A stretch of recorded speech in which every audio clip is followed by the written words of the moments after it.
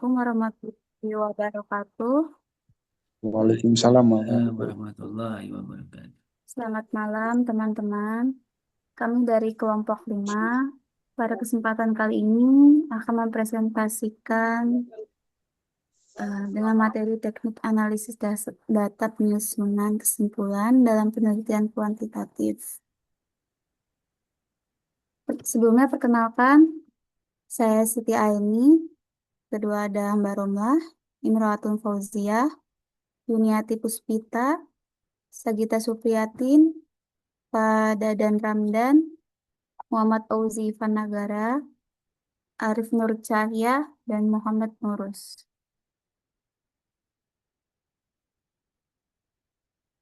Silakan selanjutnya akan dibacakan oleh saya sendiri. Pendahuluan, definisi penelitian kuantitatif adalah penelitian yang menekankan pada pengumpulan data analisis, data dalam bentuk angka. Tujuan penelitian kuantitatif menguji hipotesis, melihat hubungan antar variabel atau membuat prediksi. Pertama, peran analisis data, jembatan antara data mentah yang dikumpulkan dengan kesimpulan yang dapat diambil. Kedua, alur pengumpulan data, pengolahan data, analisis, penyusunan kesimpulan. Penelitian kuantitatif berbasis angka setelah data terkumpul, kita tidak bisa langsung menyimpulkan, harus melalui tahap analisis yang sistematis untuk menjawab rumusan masalah. Selanjutnya pada Adam.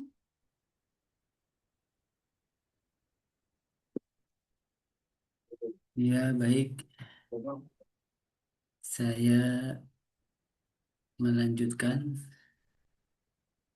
slide berikutnya. Mohon disimak ya teman-teman semua.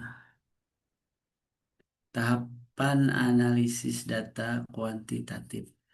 Yang pertama, persiapan data.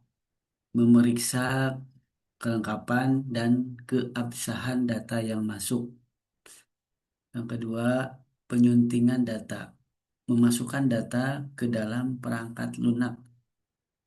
Contohnya software ya, software pengolah data seperti SPSS, Microsoft eh, Office dalam hal ini pengolah datanya melalui Excel dan yang lainnya. Yang ketiga, pembersihan data. Memeriksa data yang hilang atau tidak wajar. Yang keempat, analisis data menggunakan statistik deskriptif atau inferensial sesuai tujuan penelitian. Yang kelima, interpretasi hasil. Yang keenam, menyusun kesimpulan. Sebelum dianalisis, data harus bersih dan teratur. Ya, kesalahan input data sedikit saja bisa mempengaruhi hasil akhir. Lanjut, nanti kalau diganti sama yang lain diinfokan saja ya. Analisis statistik deskriptif.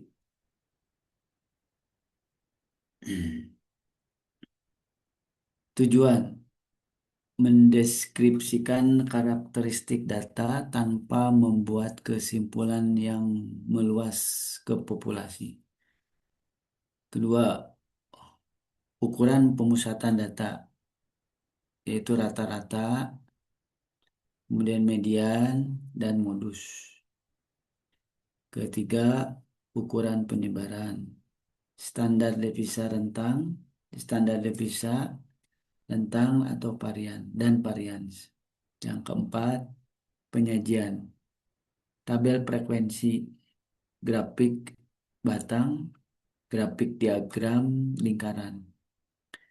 Statistik deskriptif memberikan gambaran awal tentang siapa responden kita dan bagaimana sebaran data yang kita miliki.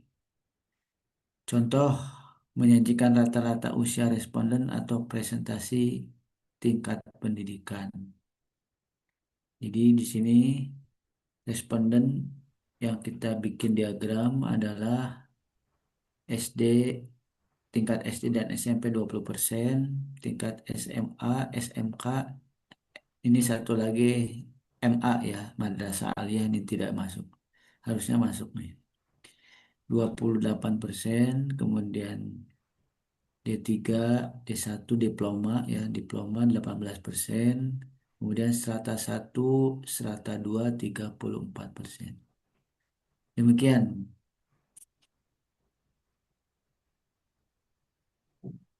Siapa yang bertugas slide selanjutnya?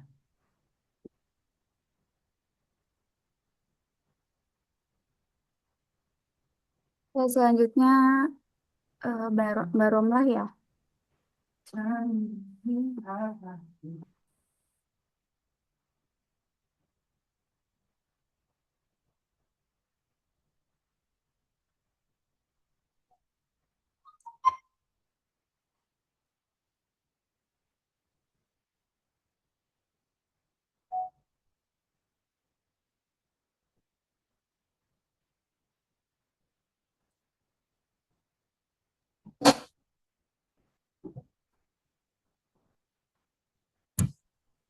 Selanjutnya ditambahkan oleh Mbak Imroatun Fauzia.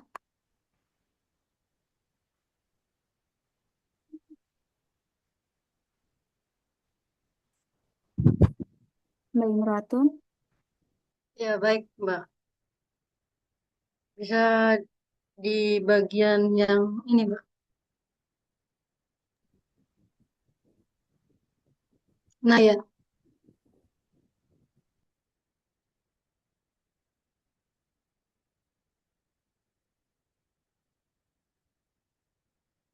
baik.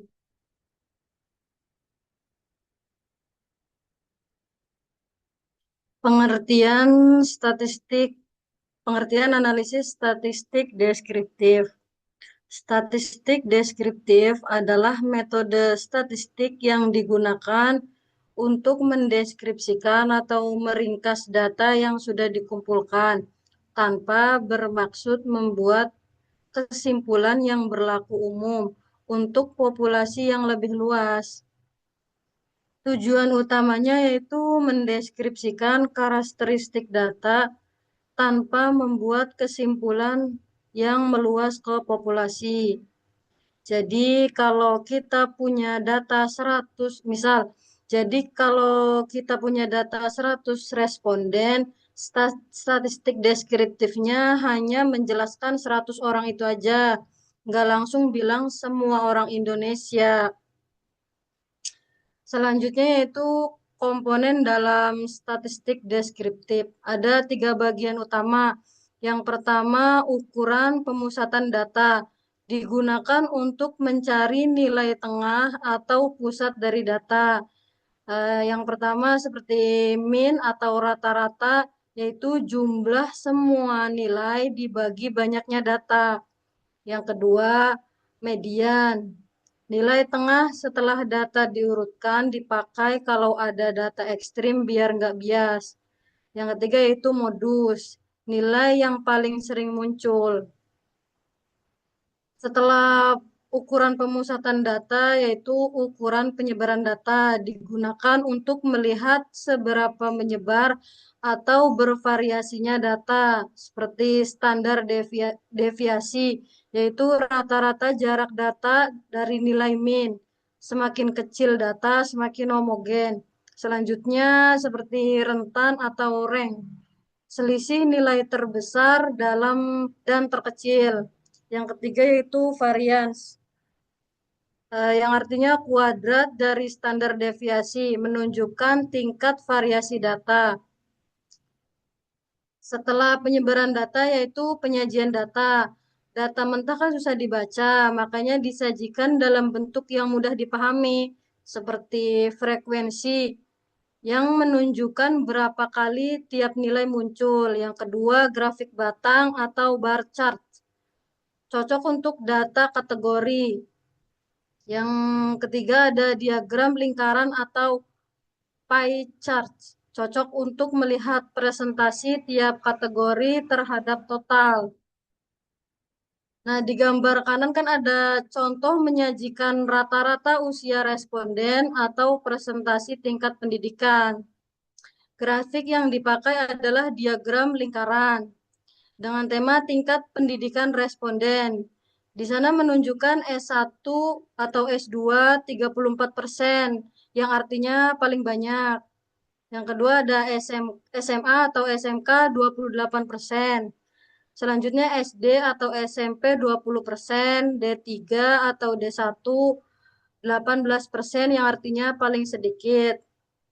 Dari sini kita langsung tahu karakteristik responden. Mayoritas berpendidikan S1 atau S2 dan hanya 18% D1 atau D3 atau D1. Pada intinya, statistik deskriptif itu seperti membuat CV untuk data kita, menjelaskan siapa, berapa, dan bagaimana data tersebut tanpa menebak-nebak yang di luar data itu. Silakan Mbak Siti ini untuk melanjutkan ke teman yang selanjutnya.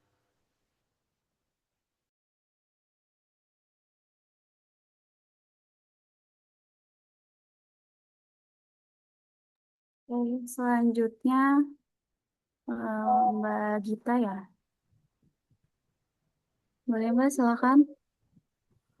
Iya, di list dulu tuh. Analisis statistik inferensial. Tujuan mengambil kesimpulan tentang populasi berdasarkan data sampel. Uji hipotetis menguji dugaan yang diajukan dalam penelitian. Jenis analisis umum, uji korelasi hubungan antar variabel, uji perbedaan titis ANOVA, uji regresi pengaruh variabel bebas terhadap terikat. Tingkat signifikasi biasanya menggunakan taraf sig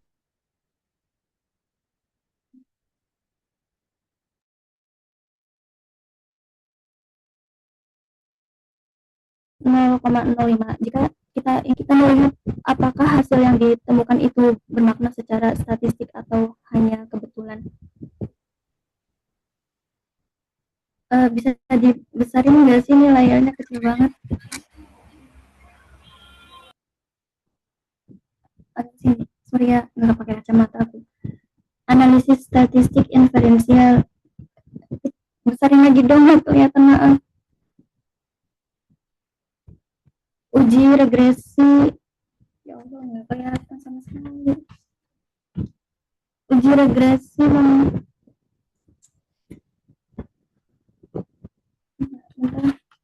nggak kelihatan. Uji regresi pengaruh, bentar ya, aja dulu, nggak kelihatan banget itu.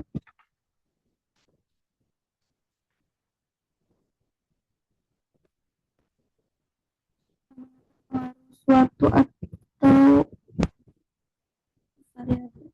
bentar ya teh, bentar ya, nggak kelihatan banget. Iya Mbak, nggak apa-apa. Soalnya aku lupa pakai kacamata, bentar ya.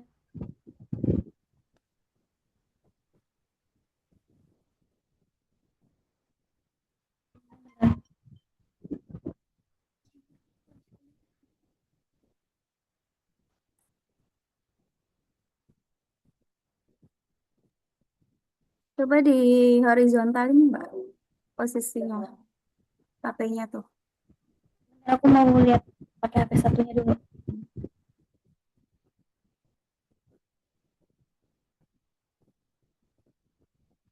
Uji regresi menganalisis pengaruh suatu atau kenali variabel independen terhadap variabel dependen, misalnya dengan uji regresi linear.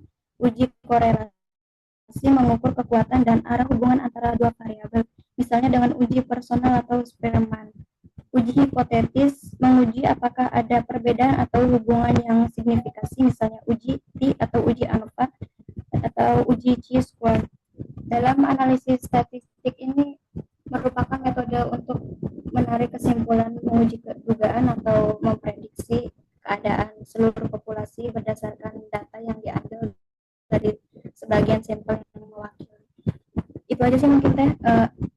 Saya izin ya, soalnya mau lanjut kerja dulu. Ya, baik, Mbak Sagita. Maaf ya. Iya, nggak apa-apa. Maaf ya teman-teman, Mbak Sagita lagi sambil bekerja, jadi agak terganggu. Ya, baik, selanjutnya. Siapa yang belum? Yang belum siapa? Belum kebagian. Saya Pak Selanjutnya, Dadang. Yang belum nggak apa-apa. Muhammad Auzi dulu ya? Nggak ada. Oh, nggak ada. Mas Pak Arif Arif, berarti. Pak Arif Boleh, buka ya. boleh. Hmm.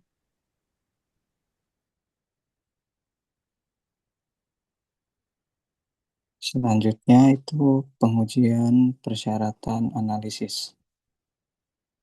Sebelum melakukan uji statistik inferensial, data harus memenuhi beberapa syarat. Yang pertama itu uji normalitas. Itu untuk memastikan data terdistribusi normal. Yang kedua, uji linearitas. Itu untuk memastikan hubungan antar variabel berbentuk garis lurus. Yang ketiga itu uji homoskedastisitas. Itu untuk memastikan varians kelompok adalah sama. Jika syarat tidak terpenuhi, gunakan statistik non-parametrik. Menggunakan uji statistik yang tidak sesuai dengan syarat, data akan menghasilkan kesimpulan yang salah. Berikutnya itu menafsirkan hasil analisis. Yang pertama itu membandingkan hasil perhitungan dengan kriteria pengujian. Pada tahap analisis data kuantitatif ini, hasil perhitungan statistik harus dibandingkan dengan kriteria pengujian untuk mengetahui apakah hipotesis diterima atau ditolak. Salah satu contohnya adalah uji signifikasi.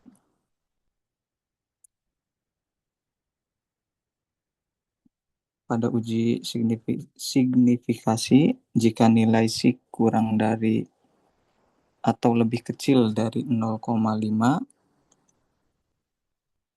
maka hipotesis diterima. Misalnya, dalam penelitian diperoleh nilai signifikansi atau sig sebesar 0,3. Kemudian, nilai tersebut dibandingkan dengan taraf signifikansi 0,05. Kriteria pengujiannya adalah jika nilai sig lebih dari 0,05, maka hasil penelitian dinyatakan signifikan dan hipotesis diterima. Jika nilai sig lebih besar dari 0,05, maka hasil signifikan atau hipotesis itu ditolak. Selanjutnya itu menjelaskan makna. Menjelaskan makna di sini berarti menerangkan arti dari hasil analisis data yang diperoleh. Jadi, peneliti tidak hanya membaca angka statistik, tapi juga menjelaskan apa arti angka tersebut terhadap tujuan penelitian. Misalnya, jika hasil uji signifikansi menunjukkan nilai kurang dari 0,05, maka dapat dimaknai bahwa terdapat pengaruh atau hubungan yang nyata dalam penelitian. Selanjutnya saya ini ke moderator.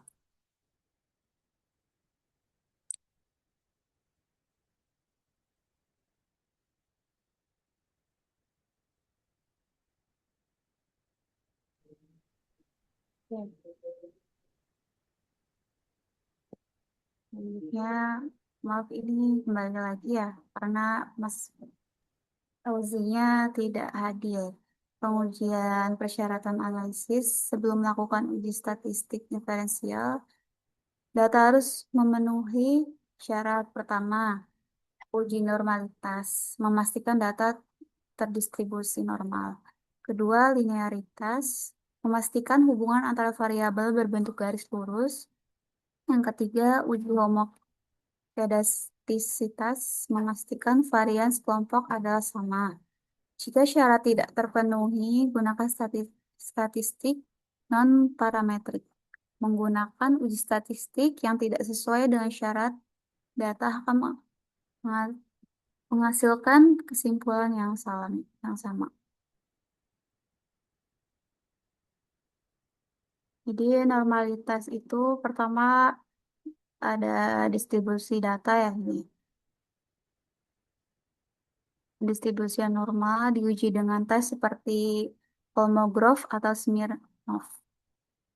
Yang kedua ini uji linearitas, yaitu memastikan hubungannya itu antar variabel itu lurus ya, bersifat linear.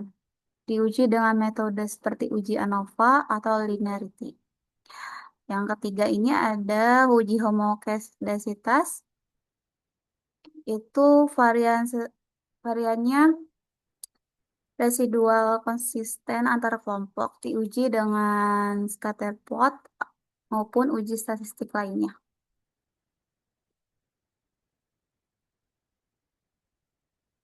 Selanjutnya, kesimpulan ya, Bu Yuniati. Baik. Terdengar suaranya saya? Terdengar Bu jelas. Oh iya. Saya baca yang di screen saya, baik. Kesimpulan. Jadi analisis data itu merupakan proses inti ya untuk mengolah data menjadi informasi. Jadi dari data diolah jadi informasi yang bermakna melalui teknik statistik yang tepat. Sehingga mampu menjawab perumusan masalah dan menguji hipotesis secara objektif. Nah, selanjutnya penyusunan kesimpulan menjadi tahap akhir yang merangkum hasil analisis secara singkat, jelas, dan sesuai dengan tujuan penelitian. Kesimpulan juga harus berdasarkan data yang telah dianalisis tentunya ya. Tidak mengandung opini di luar hasil penelitian. Jadi benar-benar sesuai dengan data yang sudah dianalisis. Serta mencerminkan apakah hipotesis diterima atau ditolak. Nah, dengan demikian,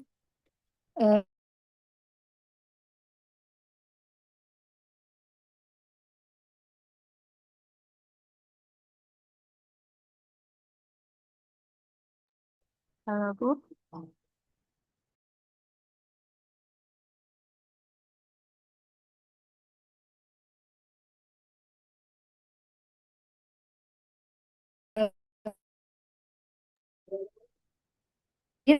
Jaringannya ya Bu, tidak terdengar.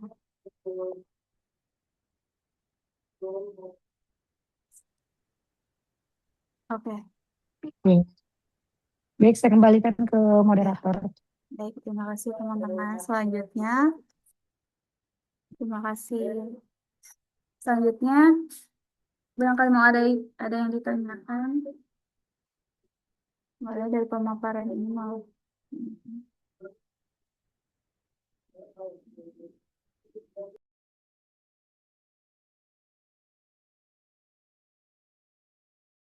Di kolom chat udah ada pertanyaan dari Mas Ahmad Rustandi. Mohon kelompok 5 mantau.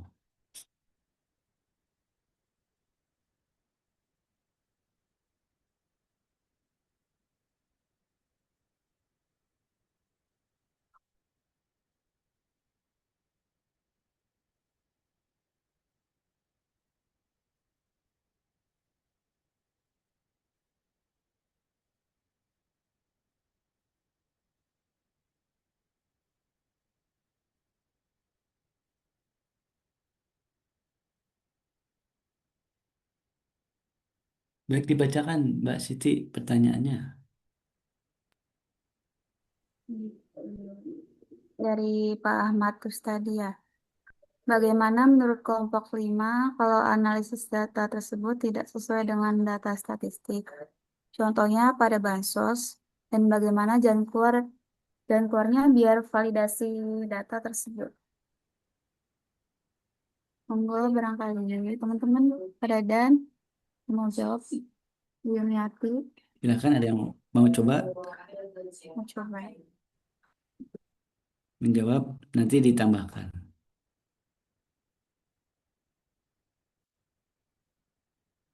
Mas Ahmad Rustadinya hadir, ada? Hadir, Pak. Siap, terima kasih. Nanti mohon disimak jawabannya. Barangkali ada yang belum pas atau belum puas, nanti boleh disampaikan lagi pertanyaannya. Baik, silakan, ada? Atau nanti menambahkan? Saya coba ini merespon pertanyaan dari Mas Ahmad Rustandi. Jadi ketika hasil analisis tidak sesuai dengan data di statistik, berarti kesimpulan dengan hasil hitungan itu berbeda gitu. Sebenarnya hal ini adalah di penelitian di penelitian kuantitatif yang memerlukan data yang besar dan banyak itu hal yang lumrah gitu kan. Dan bukan berarti analisis atau penelitian kita atau data ini dibilang gagal. Karena ini ininya apa responden atau data yang kita ini kan banyak. Contohnya pada bansos gitu kan. Kadang ada penerima yang tidak tepat sasaran. Yang pertama itu yang sering terjadi. Yang kedua, data yang diberikan kepada pihak RT, RW, kemudian kelurahan itu biasanya eh, tidak diupdate lagi datanya, gitu kan. Bisa jadi pas pemberian data orangnya masih hidup, nanti pas pencairan orangnya sudah meninggal. Itu salah satunya. Kemudian bisa jadi data yang dimasukkan itu setelah proses verifikasi ternyata alamatnya sudah berpindah desa. Eh, Data tersebut bisa jadi berbeda itu. Dan lain-lain lah, berbagai macam kejadian terjadi gitu kan dalam proses verifikasi data. Nah, bagaimana jalan keluarnya? Jalan keluarnya adalah salah satunya dengan cara mengupdate data. Dalam hal ini mungkin kalau untuk bansos adalah dengan mengupdate KTP ya, KTP dan alamat yang pasti dan jelas gitu kan. Nah, untuk memperjelas posisinya pendudukan penerima bansos ini sebaiknya mencantumkan nomor HP yang aktif sehingga ketika terjadi kesalahan atau perubahan maka pihak yang berwenang dalam hal ini desa atau kecamatan bisa langsung menghubungi pihak langsung penerima bansos gitu kan. Kalau tidak ada nomor HP yang bisa dihubungi, otomatis nanti bansosnya akan ditarik kembali. Ya, itu salah satu dan salah duanya. Itu. Jadi eh, tadi salah satunya jalan keluarnya adalah mengupdate kartu tanda penduduk dalam hal ini alamat kepada pihak petugas dan mencantumkan nomor HP. Kemudian yang ketiga mungkin khusus untuk bansos karena di sini kan yang diminta contohnya bansos padahal yang lain juga mungkin ada. Itu mengupdate nomor rekening penerima bansos karena kan ada yang melalui rekening transfernya gitu kan. Dan sebaiknya untuk mengambil bantuan ini sebaiknya tidak diwakilkan supaya tidak terjadi dua kali gitu kan. Nah, mungkin eh, yang pertama ada keluarganya, yang kedua juga misalkan penerimanya orang tua yang sudah sepuh, tiba-tiba anaknya yang ini yang pertama mengambil, kemudian yang anak yang lainnya karena tidak tahu disangkanya belum mengambil ternyata sudah diambil sehingga terjadilah posisi atau keadaan seperti itu. Ya itulah mungkin salah satu dan dua yang bisa saya jelaskan. Mungkin nanti ditambahkan dari teman-teman dari kelompok 5. Silakan sedikit banyaknya boleh ditambahkan. Nanti Mas Ahmad Rustandi boleh ini ya, boleh merespon.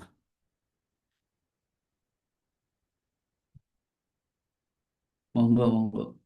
Sambil melihat pertanyaan-pertanyaan dari teman-teman yang lainnya.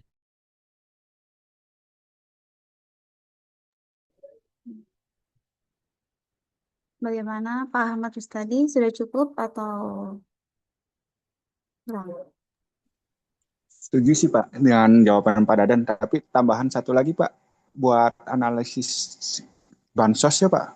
Kalau perlu itu update buat kekayaan Pak. Soalnya saya tinjau langsung ke lapangan itu kadang-kadang yang orang kaya kayak punya mobil dan lain-lain dapat bansos gitu Pak. Itu tambahannya Pak. Terima kasih Pak Dadan. Iya betul, betul. Itu yang terjadi di realita kenyataannya. Karena orang lebih eh, lebih ini ya, lebih mementingkan bantuan walaupun disebut orang miskin ya. Yang penting mendapat bantuan walaupun dikatakan miskin. Tetapi kalau rumahnya ditempelin eh, miskin ya, stempel orang miskin tapi tidak mau gitu. Tapi kalau menerima bantuannya mau, walaupun itu orang mampu gitu kan, punya kendaraan, punya pekerjaan gitu. Tapi ketika rumahnya di stempel orang miskin, apa keluarga miskin, mereka tidak mau, harga diri mereka tidak mau disebut miskin. Mungkin itu adalah salah satu inilah keadaan moral ya, moral gitu aja. Gitu. Begitulah Pak Ahmad Rustandi, kenyataannya memang begitu. Mudah-mudahan ke depannya bisa diklarifikasi lagi, petugas turun ke lapangan, mengecek langsung penerima yang berhak, betul-betul berhak menerima bansos, dan kalau tidak berhak atau tidak bukan pada peruntukannya lebih baik diputus saja, diberikan kepada keluarga yang lain. Gitu.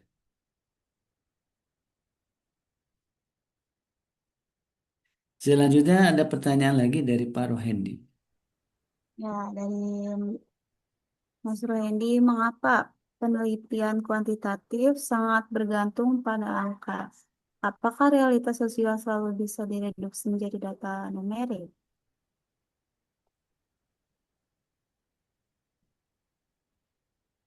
Mulai, teman-teman. Bu Yuniati, barangkali mau menjawabnya. Silakan, Atau silakan Mbak yang lain. Imratun Fauzia, Mbak Romla. Boleh, Mbak. Izin coba menjawab pertanyaan Pak Rohindi. Suaranya terdengar jelas nggak, Mbak? Jelas, Mbak.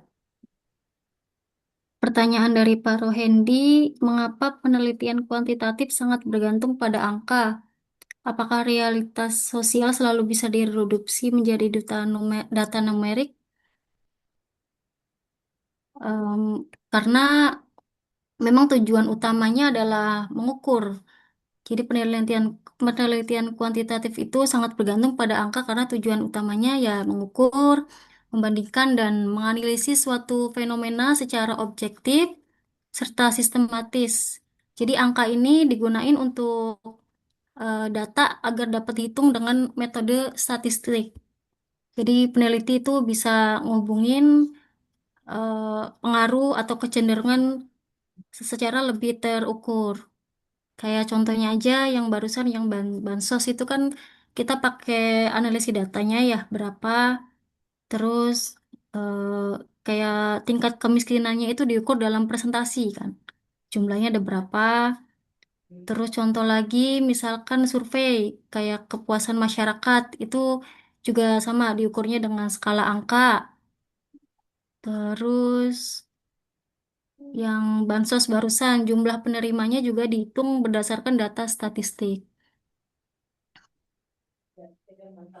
Kemudian, jadi kesimpulannya sih, angka itu sangat penting dalam penelitian kuantitatif karena untuk memperoleh data yang terukur dan objektif. Mungkin itu ya sedikit jawaban dari saya. Barangkali teman-teman lain mau nambahin. Ya, boleh nambahkan.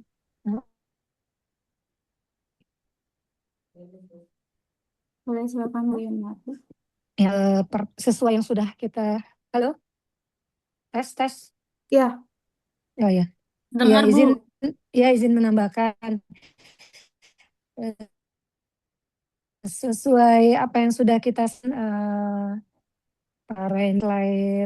kedua pendahuluan, definisi penelitian kuantitatif sendiri itu kan menekankan pada pengutak ya, dalam bentuk angka. Jadi dari apa definisi ya penelitian kuantitatif itu memang menekankan pada apa angka gitu ya. Jadi ya otomatis sangat bergantung pada angka gitu. Nah, untuk kualitas sosial itu selalu bisa data numerik. Kalau selalu sih enggak ya. Kalau ada apa realitas sosial bisa bisa saja sesuai kebutuhan ya. Kita mau mau kita konversi menjadi data numerik gitu atau memang menjadi kalau memang apa penelitiannya kualitatif ya berarti tidak perlu ya. Kalau kuantitatif ya harus gitu kan berarti pakai angka karena dari definisi dasarnya sendiri memang pengolahan datanya berupa angka. Mungkin itu tambahannya.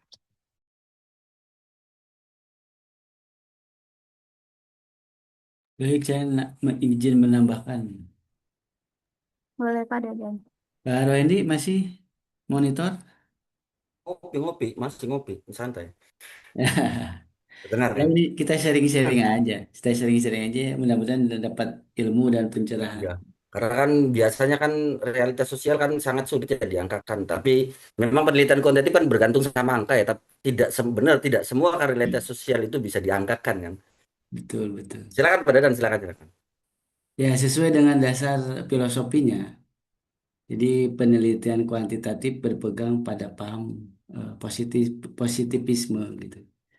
Jadi meyakini bahwa segala sesuatu di alam ini bisa diukur, bisa dihitung, dan juga bisa dinyatakan dengan angka.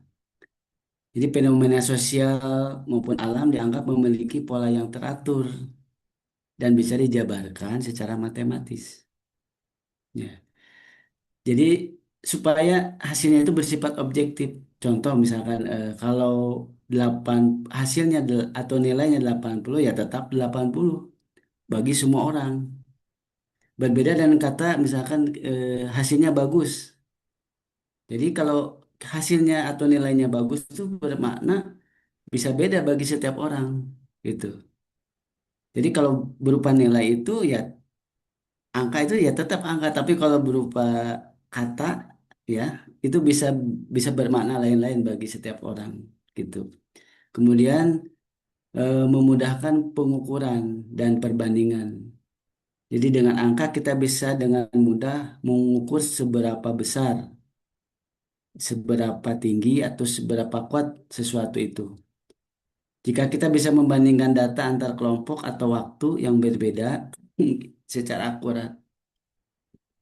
Kemudian de, kenapa data penelitian kuantitatif lebih cenderung memakai angka?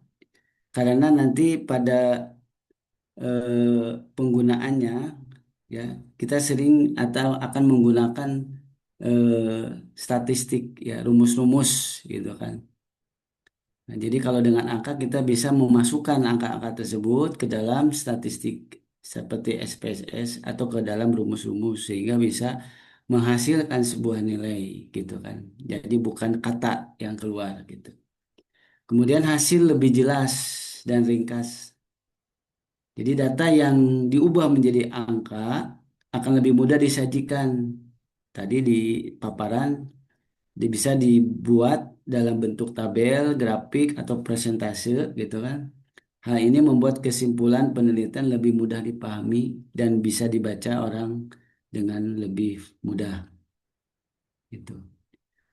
Jadi ringkasnya angka adalah bahasa utama penelitian kuantitatif. Angka berfungsi mengubah konsep abstrak ya, seperti motivasi, kepuasan atau prestasi ya, menjadi nilai yang terukur dan bisa dipertanggungjawabkan. Kemudian, apakah realitas sosial bisa direduksi menjadi data numerik? Jawabannya adalah bisa, tapi ada batasannya. Jadi realitas sosial dapat diubah menjadi angka untuk melihat gambaran umum, tetapi tidak seluruh aspek kehidupan sosial bisa diwakili dengan bilangan. Misalkan fenomena sosial ya, hal-hal seperti perilaku konsumen, tingkat pendidikan, atau pendapatan memiliki pola yang bisa diukur. Misalkan tingkat kepuasan konsumen bisa diukur dari 1 sampai 5. Kalau misalkan nilainya 1 berarti tingkat konsumen itu rendah gitu. Atau pendapatan pekerja itu rendah gitu. Atau 2, 3. Kalau 3 berarti tengah-tengah sedang. Tingkat kepuasan konsumen kalau no, apa nilainya 3 berarti sedang. Tapi kalau misalkan nilainya 5 berarti puas. Atau kalau pendapatan pekerja berarti tinggi gitu. Kemudian memudahkan perbandingan dan pengambilan keputusan. Jadi dengan angka kita bisa tahu mana yang lebih tinggi dan rendah. Sehingga kebijakan atau solusi masalah lebih mudah disusun. Jadi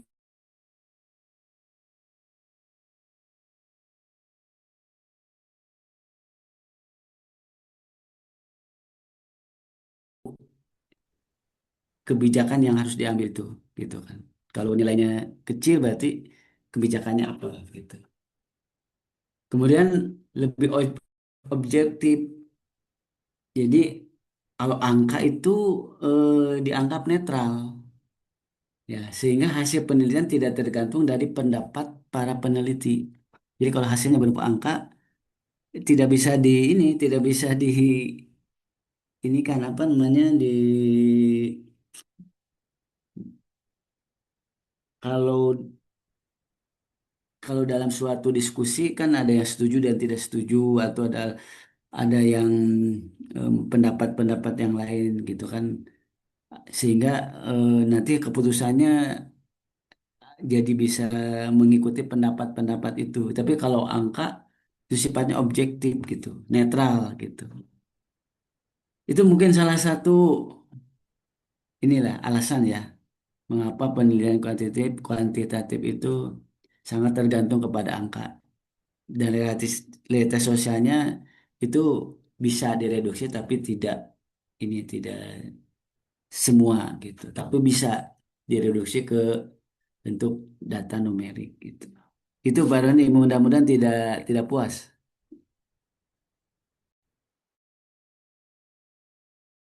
Nanti biar ada Bu dosen pada kenal.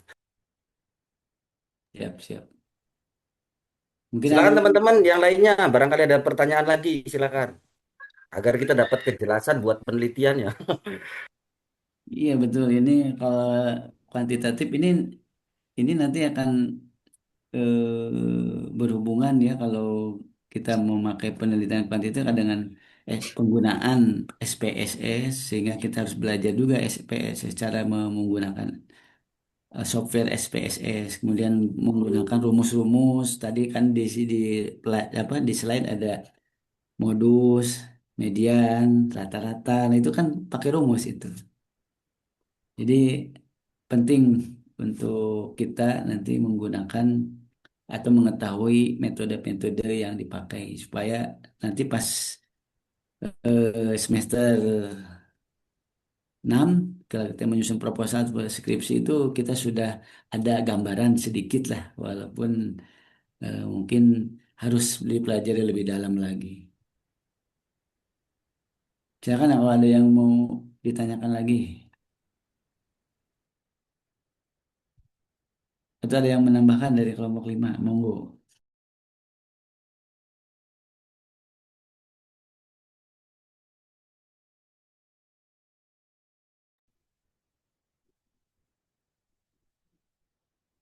Pak Rwandi sudah puas atau belum? Cukup, cukup. Cukup Silakan ya. yang lainnya, barangkali yang lainnya ada pertanyaan. Yang lainnya barangkali mau ditanyakan lagi. Kalau tidak ada, ada Bu dosen mau menambahkan?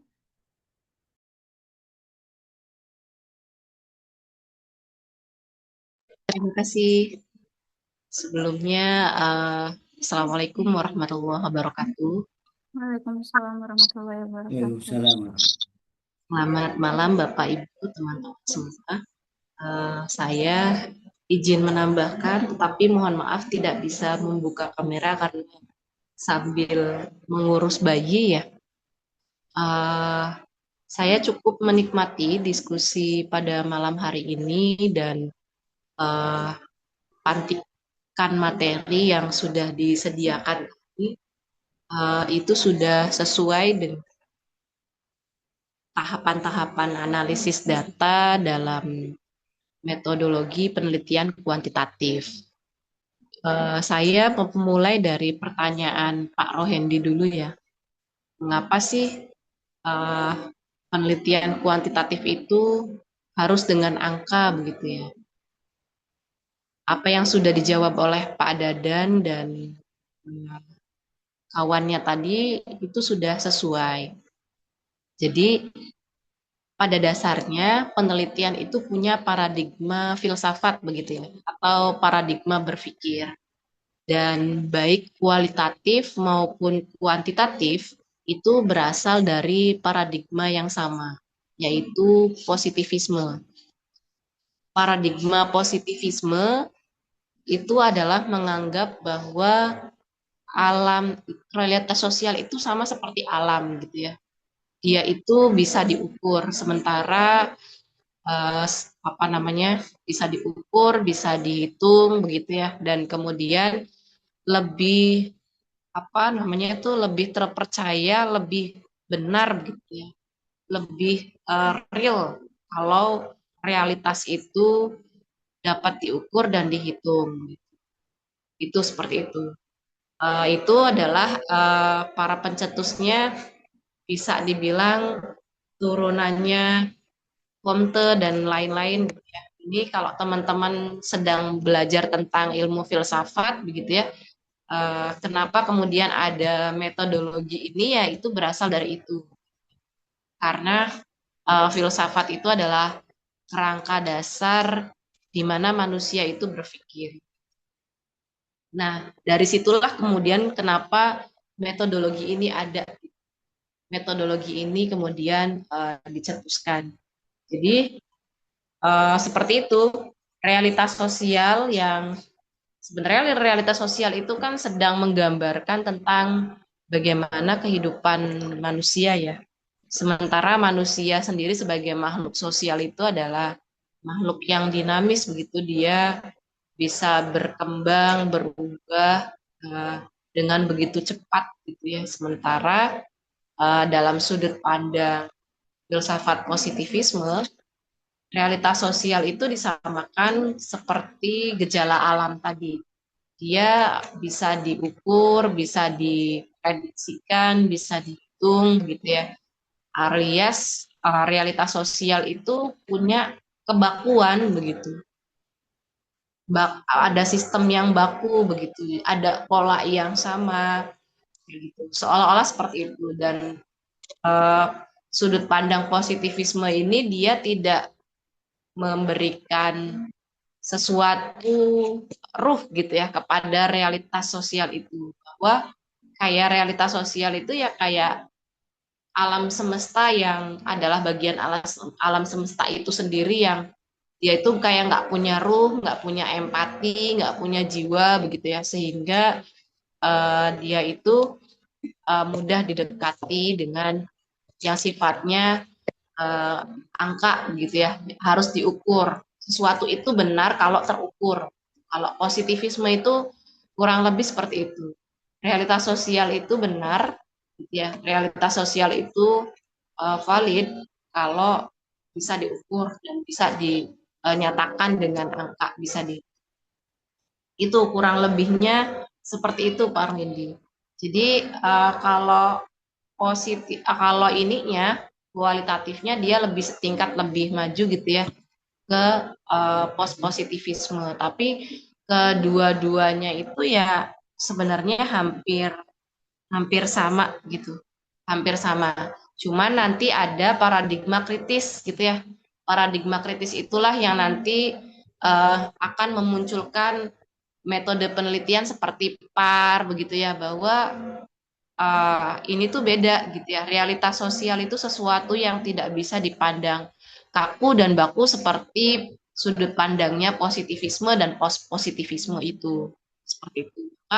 Kemudian mempelajari realitas sosial itu nanti ada kritik, ada yang harus diubah, kemudian ada sesuatu yang harus dilakukan dan lain sebagainya. Nah, itu karena realitas sosial sendiri adalah bagian yang amat melekat yang perlu dipelajari. Nah, nanti itu ada paradigma kritis gitu ya.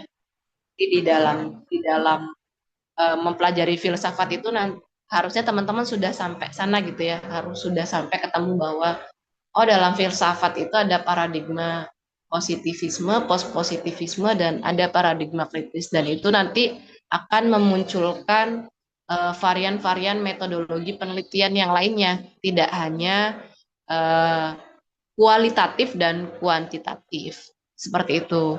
Nah, maka karena dia butuhnya memandang bahwa realitas itu seperti gejala alam dan dia itu benar kalau dapat diukur, maka tentu saja harus menggunakan alat ukur gitu ya, dan harus diangkakan seperti itu. Nah, maka kemudian harus ada alat ukurnya gitu. Seperti apa alat ukurnya? Ya, kemudian alat ukurnya itu salah satunya ya statistik gitu ya, dengan menggunakan uji statistik. Nah, maka kemudian kuantitatif ini sebagai satu bentuk metode penelitian yang dia itu baku dan kaku gitu ya, baku dan kaku. Karena peneliti itu harus mendesain sedemikian rupa supaya menghasilkan kesimpulan yang sesuai dengan kriteria-kriteria yang sudah dibikinnya sendiri. Nah, kemudian bagaimana kalau ternyata kesimpulannya itu tidak sesuai dengan data statistik? Nah, itu berarti ada yang salah gitu ya. Bukan soal data bansosnya tadi, kalau kasusnya bansos itu harus disesuaikan dengan desain penelitian. Kalau kita mau meneliti pengaruh bansos terhadap penurunan kemiskinan nelayan misalkan, atau kemiskinan petani misalkan, atau kemiskinan masyarakat desa di Indonesia, nanti diambil harus diukur dulu gitu ya, harus diukur dulu. Harus diukur dulu itu dalam artian peneliti itu harus mengukur kemampuannya dulu gitu ya, kemampuan dari sisi waktu, pendanaan, dan juga kemampuan yang lainnya begitu ya. Nah, karena disitulah letak pentingnya kuantitatif itu adalah mengambil responden sebanyak-banyaknya gitu untuk dijadikan angka gitu ya. Ketika respondennya semakin banyak, maka bisa disebut semakin valid begitu ya. Nah, termasuk cara menentukan responden, kemudian mengukur kuesioner itu ada hitungannya semua, dan itu harus sesuai dengan rumus-rumusnya. Jadi kalau misalkan Pak siapa tadi yang nanya soal nanti itu kalau nggak sesuai dengan data statistik valid enggak gitu ya. Ya tadi sesuai dengan kesimpulan yang dipresentasikan oleh teman-teman tadi ya, bahwa penelitian kualitatif itu gagal gitu ya kalau kesimpulannya itu tidak sesuai dengan statistik gitu. Seperti itu. Nah, maka seperangkat alatnya itu harus ya tadi kaku gitu ya, harus ikut dalam alur rumusnya begitu. Satu, kita harus menguasai desain penelitiannya. Misalkan tadi pengaruhnya bansos terhadap penurunan kemiskinan di Indonesia. Maka peneliti harus mengukur kemampuan dulu, apakah seluruh masyarakat Indonesia itu akan disurvei untuk melihat seberapa besar sih pengaruhnya bansos itu terhadap penurunan kemiskinan begitu ya. Nah, itu peneliti harus mengukur diri dulu, apakah dari Sabang sampai Merauke mampu untuk dijelajah gitu ya. Bagaimana alatnya gitu ya. Apa alat yang akan digunakan? Bagaimana caranya gitu. Nah, itu maka kemudian peneliti harus menggunakan alat ukurnya apa, caranya apa, dan bagaimana begitu. Nah, salah satunya adalah menggunakan kuesioner dan angket misalkan kayak gitu, atau kemudian analisisnya itu uji T kayak gitu ya, atau uji yang lainnya, uji Innova dan lain sebagainya. Nah, sebelum melakukan analisis statistik, yang perlu diuji dulu itu adalah alat penginputan datanya itu tadi, instrumen penelitiannya yang harus diuji terlebih dahulu. Apakah ini tuh sudah sesuai. Nah, sebelum ke sana kita sudah mengukur dulu apakah tadi kalau respondennya seluruh Indonesia itu, maka kemudian kita mampu menyebarkan angket kepada 2,5 juta jiwa masyarakat Indonesia kayak gitu. Kalau nggak mampu berarti itu harus dipilih gitu ya, respondennya dipilih. Kemudian dia harus diklasterkan terlebih dahulu gitu ya, dikelompokkan, kemudian harus disaring lagi, dipilih lagi. Kemudian nanti ada kan yang namanya uji respondennya itu, pemilihan respondennya itu non probability atau probability sampling. Nah, itu harus pakai itu, bahwa responden yang akan ditetapkan itu dia pakai apa nih gitu ya, pakai probability atau non probability. Kemudian penentuan sampelnya bagaimana gitu ya, caranya apa yang digunakan begitu. Mau pakai rumus Lovin atau pakai rumus yang lainnya begitu. Nah, kemudian teknik pengambilan sampelnya itu bagaimana gitu. Mau random sampling, mau yang lainnya, itu banyak tersedia dalam buku-buku kuantitatif. Nah, kita itu harus ikut itu begitu ya. Kita nggak bisa menentukan cara kita sendiri, dan itu tuh harus sesuai dengan alur rel itu. Sekaku itu memang kalau kuantitatif. Nah, nanti kalau misalkan cara yang baku tadi tidak kita ikuti, maka akan terjadi hal yang ditanyakan tadi. kesimpulan tidak sesuai dengan data statistiknya begitu. Nah, itu nggak boleh. Itu yang tidak boleh terjadi dalam penelitian kuantitatif. Data statistiknya berbicara apa, maka kesimpulannya harus mengikuti data statistik itu. Itu pun sudah mengikuti standar baku bagaimana cara kita menentukan sampelnya, bagaimana teknik pengambilan sampelnya, kemudian instrumen penelitiannya seperti apa, dan itu instrumen penelitiannya harus diuji terlebih dahulu dengan statistik gitu ya. Misalkan uji R-nya itu kan di sini nilai signifikansinya 5% misalkan. Nah, itu kalau uji R-nya itu ternyata tidak sesuai dengan nilai signifikansinya, maka instrumen penelitian kita itu dianggap tidak reliable dan tidak valid begitu ya. Reliable dan valid itu adalah uji pertama sebelum nanti kita akan menguji atau menganalisis data dalam statistik itu. Jadi itu dulu nanti yang akan diukur dan kemudian baru kita akan menginput data ke statistik, kemudian melakukan analisis data dengan statistik. Kenapa harus statistik gitu ya? Karena ini jawabannya di presentasi minggu yang lalu gitu ya. Karena kecenderungan kuantitatif itu respondennya dalam jumlah banyak begitu ya, dan datanya itu selalu berbentuk angka, maka untuk mengolah data dalam jumlah yang sangat banyak itu diperlukan alat bantu software gitu ya, seperti statistik atau SPSS gitu yang sering kita kenal. Betul apa kata Pak Dadan tadi, yang pertama kali harus kita pelajari itu adalah bagaimana cara mengaplikasikan SPSS-nya gitu ya. Bagaimana cara mendownloadnya, bagaimana cara menggunakannya. Nah,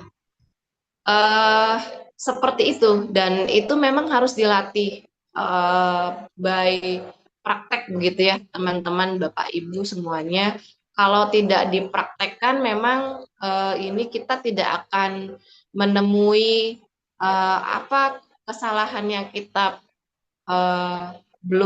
belum kita pahami dan apa kesalahannya, nanti itu kita nggak nemu gitu ya. Kalau hanya sebatas konsep teori seperti ini kan ya kita nanti semester depan juga insya Allah akan lupa gitu ya, akan lupa, padahal tadi betul semester 6 kita dituntut sudah akan nanti membuat desain penelitian dan lain sebagainya begitu.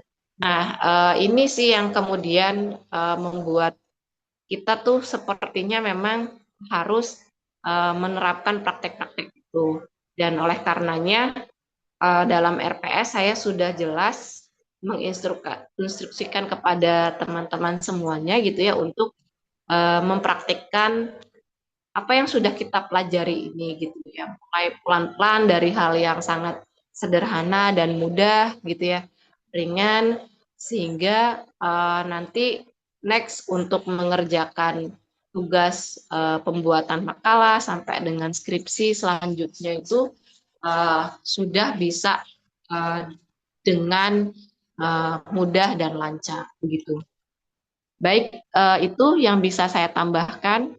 Ada feedback lagi, silahkan Bapak Ibu dan teman-teman.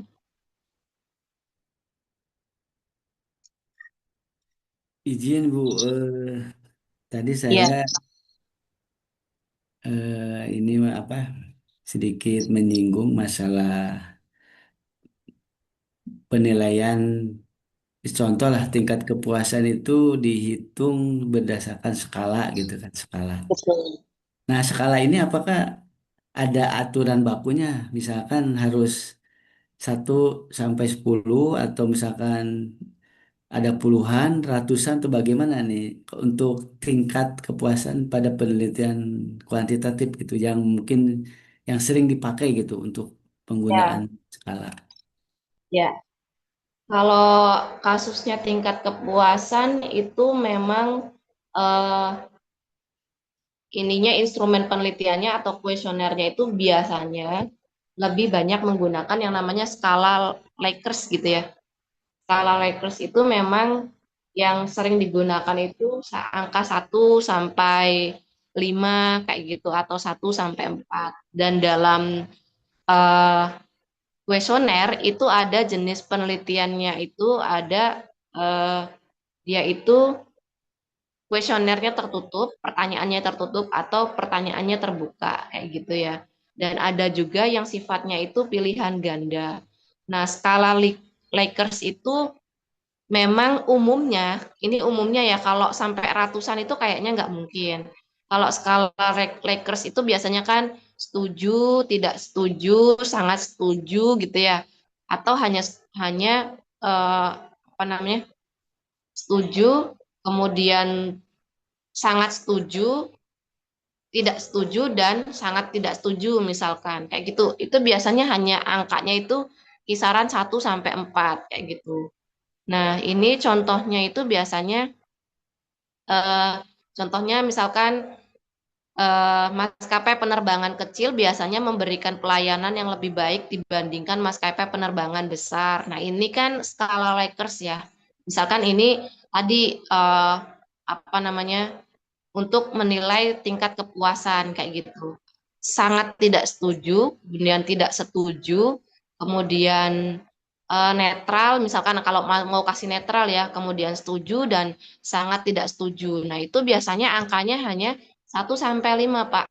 Kalau misalkan kita bikin kuesioner dengan angka yang sangat banyak juga gitu ya, di tadi kasusnya untuk menilai kepuasan begitu ya, itu akan memberikan kepusingan sendiri kepada kita begitu ya. Peneliti akan pusing sendiri, maka peneliti itu tadi harus betul-betul menguasai dan kemudian harus menetapkan standar baku dari angket kita itu nilainya apa nih gitu ya. Nilainya apa dan angket kita itu tertutup atau terbuka begitu ya. Kayak gitu. Kalau angket tertutup itu biasanya ya atau tidak kayak gitu aja. Ya atau tidak. Pertanyaan yang hanya 2 pertanyaan, ya atau tidak. Dan skala Likers itu yang biasanya sering sekali digunakan dalam penelitian kualitatif. Apapun apa namanya jenis model penelitiannya, mau hubungan atau perbandingan gitu ya, itu biasanya skala Lakers itu banyak digunakan. Dan yang saya jumpai itu angkanya paling maksimal itu 5 gitu ya. Paling maksimal 5. Gak pernah ada lebih dari itu gitu ya. Gak pernah ada lebih dari itu. Dan itu tuh sudah simbolnya sudah jelas. Dan dalam angket itu sudah nanti harus ada diberikan simbol dan harus menunjukkan gitu ya. Peneliti itu harus menunjukkan bahwa simbol 1 itu untuk apa, simbol 2 itu untuk apa, simbol 3 itu untuk apa gitu ya. Dan itu memang harus apa namanya tuh mudah dipahami oleh responden kayak gitu supaya responden tidak salah untuk memilih jawaban yang disediakan di angket seperti itu. Itu yang sering digunakan Pak Dadan dalam skala Likers. Baik, Bu. Terima kasih penjelasannya, Bu.